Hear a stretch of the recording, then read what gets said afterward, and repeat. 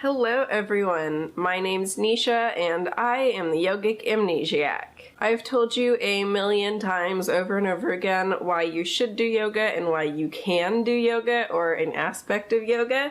Today I'm going to do the opposite and tell you why you probably shouldn't be doing yoga.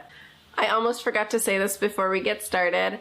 I am kicking my blog back up again. I had stopped for a really long time. I got really busy, really stressed out, but I think I can get back into it now. I might not put the routines up just because that's really, really time consuming, and I don't think doing a routine and writing is really my forte right now. So maybe I'll get back into doing routines and writing later, but I will do the talks and writing at least, so you'll get at least weekly posts on the blog, and I will put this one up and it will go up the same time as the video, and the video is going to be in the blog post, so maybe you're even at the blog post and you're seeing this video, or maybe not. Anyway, if you get confused during this video by anything I say or you want clarifications, go check out the blog. It might really clear things up, and who knows, there might even be different information. So I have a ton of reasons for you guys why you maybe don't want to do yoga, shouldn't be doing yoga. I'm just going to kind of run down the list, do this real quickly. Pretty easy, and I think most things will be fairly self-explanatory. Let's start off with the most obvious reason. It would be a contradiction. And we say contradiction as in a medical condition that will limit your ability to do a pose. So if you have a back problem, your contradictions would be poses that you couldn't do, or things like that. That's the basic definition. It's kind of weird, and you never really find it defined. People just seem to throw it around. But that's the basic definition. There are all sorts of conditions that can cause contradictions. Things like low blood pressure, eye problems, pregnancy, old age, carpal tunnel. Really just about anything has contradictions associated with it. Some of them are super self-explanatory, like a back injury, a knee injury, carpal tunnel. Obviously there are things you just won't be able to do and they could aggravate the injury, but things like low blood pressure and eye conditions you might not think about, usually those we suggest you avoid inversions. In fact, I've definitely had my eyes feel irritated, and I tried to go into a downward facing dog and I felt like my eyes were going to burst. Luckily it wasn't anything that bad, it was just a buildup of pressure all of a sudden. If you start feeling anything like that, you should immediately stop doing the pose you're doing and probably talk to your doctor. I of course already knew kind of what was going on in my body. I stopped and the next day I was absolutely okay. My biggest contradiction is my hip injury. I can't do half moon, as many of you know, the balance pose on one leg where you like tilt to the side. I can't do that pose just because it causes me too much pain and I'll fall out. So it's really common for people to have contradictions. It's not like you might be the only person. I promise you there are so many people out there who have a pose that they cannot do, don't like doing, or it really causes them pain, or maybe there's just for some reason they just can't do it. So contradictions really just limit your poses, but it's still something to think about in your whole yoga practice. But there are contradictions that will very much limit your practice, more severe things like severe injuries where maybe your knees are so bad to the point that you just can't move them certain ways. That would be a more severe contradiction, and you may find it even more limiting and not be as fun to practice yoga. You could even be paralyzed from the waist down, shoulders down. Like I said, I totally believe there's an aspect, at least, of yoga that you can partake in no matter where you are in your life or what's going on in your body. But if you are suffering from something like paralysis or severe conditions like that, where you just don't have the same movement that other people may have in their body, you may just not feel like doing yoga. Especially if your whole body is paralyzed, you may want to partake in like just a meditation aspect, which is still kind of yoga, but you may also just be like, this isn't for me, I can't really partake, so I'm just not gonna do it, which is fine. I'm going to reiterate it one more time. I believe anyone can partake in any aspect of yoga, and I do try to emphasize aspect, not every single part, because like I said, contradictions limit you, but anyone can partake in any aspect of yoga. You just may feel like you're really missing out or something like that, and maybe that's a reason for you to stop doing yoga if you feel like you haven't been able to partake enough. Or it's a really good opportunity to look for more specialized classes. Physical therapy, often they use yoga, do one-on-one classes, so you have someone creating practices for you as opposed to just doing a practice that everyone has and you're not sure if you can do it. One-on-one, maybe they'll be able to be more accommodating, or there may be classes for you. I've seen classes for things like wheelchair yoga. So if you are out there and you have a medical contradiction, or even a mental contradiction where you feel like you're not in the right state of mind, I promise you there's a class for you out there. I just hope it's convenient for you because sometimes they're not always easily accessible. On my little list I labeled this section reasons you should consider not doing yoga. And this is pretty much reasons why you might pick to do yoga, but they're not good reasons.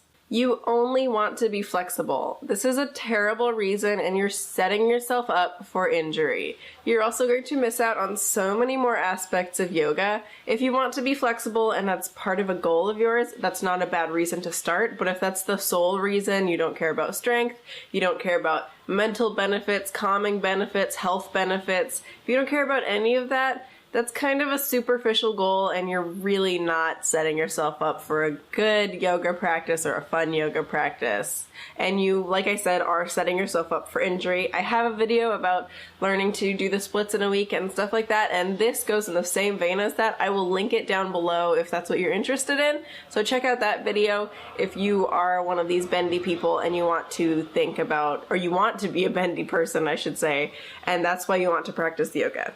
You want to show off. This is probably one of the worst reasons to do yoga. This kind of goes under you're already good at poses, and if you're already good at the pose, you should be advancing your practice, finding ways to challenge yourself, focusing inward more, maybe as opposed to reaping physical benefits. You want to focus on mental and emotional benefits.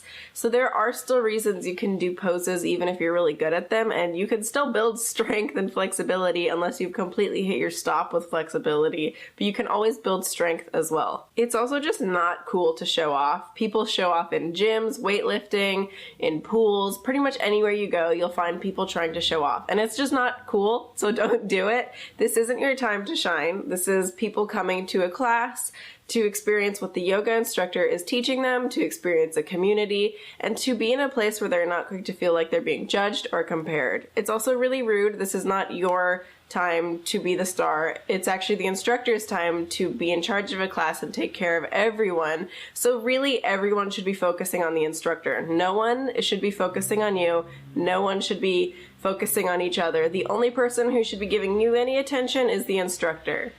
To hit on, check out, or pick up people, anyone. You should not be going to a yoga class just to check people out, hit on them, or try to go on dates with them. That's the worst reason I have ever heard. There's a super common joke, which luckily I think is dying, but it's that men just want to go to yoga classes to look at women and watch their bodies move.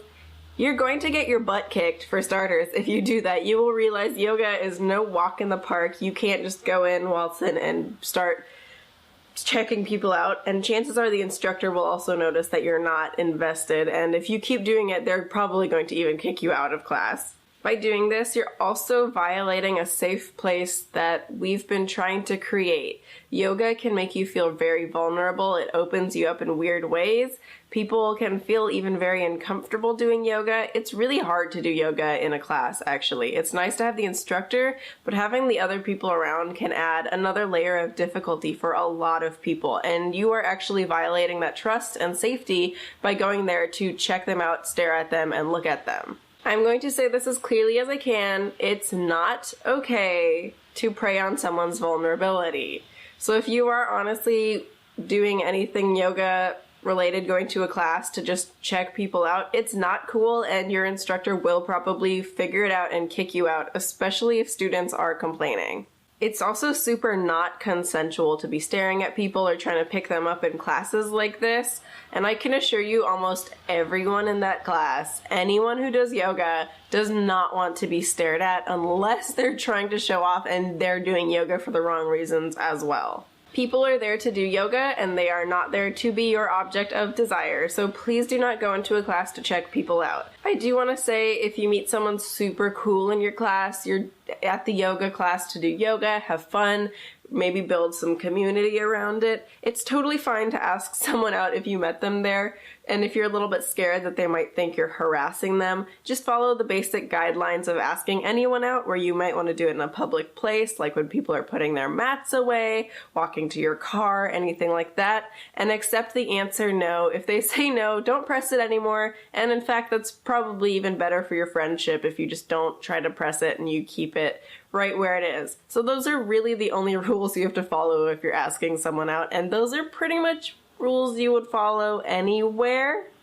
I just give you that little advice and say that so you don't feel like you cannot make friends or talk to people or build relationships in this setting. It's a really safe community and a wonderful community, and we want people who do want to be part of that community to be together, enjoying, having fun, and if you build a relationship, that's awesome. We don't want people who are there to prey on the people who are trying to enjoy the community and yoga. Finally, one reason that I think is totally a real reason not to do yoga is your own personal choice.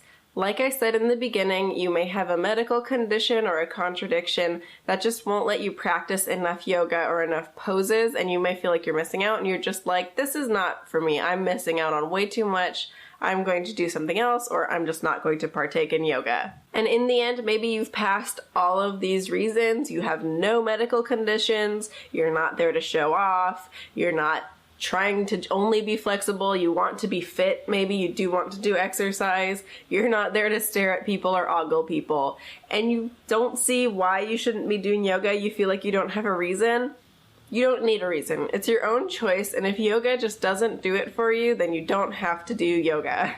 Yoga is not for everyone. I know not everyone enjoys it. Some people think it's boring. Some people just don't like it. They don't get it. And sometimes it just takes a little while to work up to the level where you feel like you can do yoga and you can partake. And maybe even you just haven't found the right style. But there's also no reason that you have to go search for that right style unless you're really interested or you've heard really good things and you want to find that. So there's no reason that you need to feel like, oh, maybe I should be trying yoga, even though it just is not working out for you. And you know, if you just don't want to exercise, that's your choice. You don't have to exercise. I think it's a great thing. It's good for your health, but I'm not going to tell you you have to go out and go for a run or anything. That's your choice. It's not my problem. In fact, no one should be telling you that you have to go do something. It's, you know, your life, so you make your own decisions. So like I said, in the end, it's all up to you. That's about all I have for you. I feel like now I should make a video about yoga being a safe space and how to cultivate that safe space.